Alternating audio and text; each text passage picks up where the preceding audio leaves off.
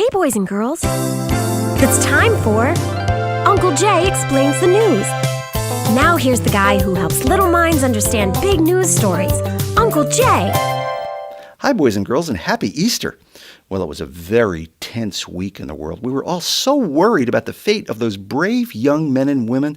Thank goodness, by the end of the week, it was clear that they were all safe. Especially Sanjaya, because, it's a tough job being a judge. Simon and Theodore and Simon and Paula and Randy. It's a tough job being a judge, especially now, because they are not the only ones out there who are deciding who survives and who gets whacked. Stay tuned. Well, Uncle Jay's news word for this week is negotiate. Negotiate. That means that you work out a problem with someone, you solve a disagreement. For instance, Nancy Pelosi, the Speaker of the House, went to the Middle East to negotiate with some of the leaders there. And she decided to wear a special scarf that made her look like a member of the cast of Fiddler on the Roof. The Arab leaders will like her so much more that way. They love that movie. Well, back here in America, boys and girls, the race for president continues.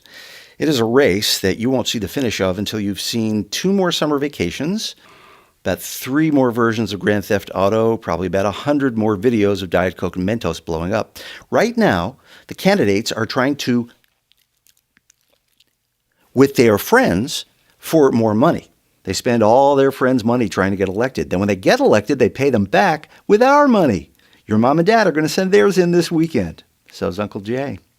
Well, now, boys and girls, it is time to answer one of your news questions. This week, it comes from Vic in Boston. Hi, Vic. Vic writes, Dear Uncle Jay, the news about bad pet food really scared me. I was afraid for my cat named Trigger, but I got really scared when the news kept changing. First, they said only certain kinds of pet food were bad, but then they added more kinds, and then last week, even more.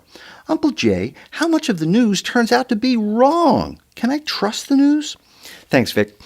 No, you can't. It's not that reporters get things wrong on purpose, unless they're Democrats or Republicans, whatever political party your parents aren't. But sometimes they just kind of know what their audience wants to see, and they give it to them, even if it's not really true. That's called opinionated news, Vic.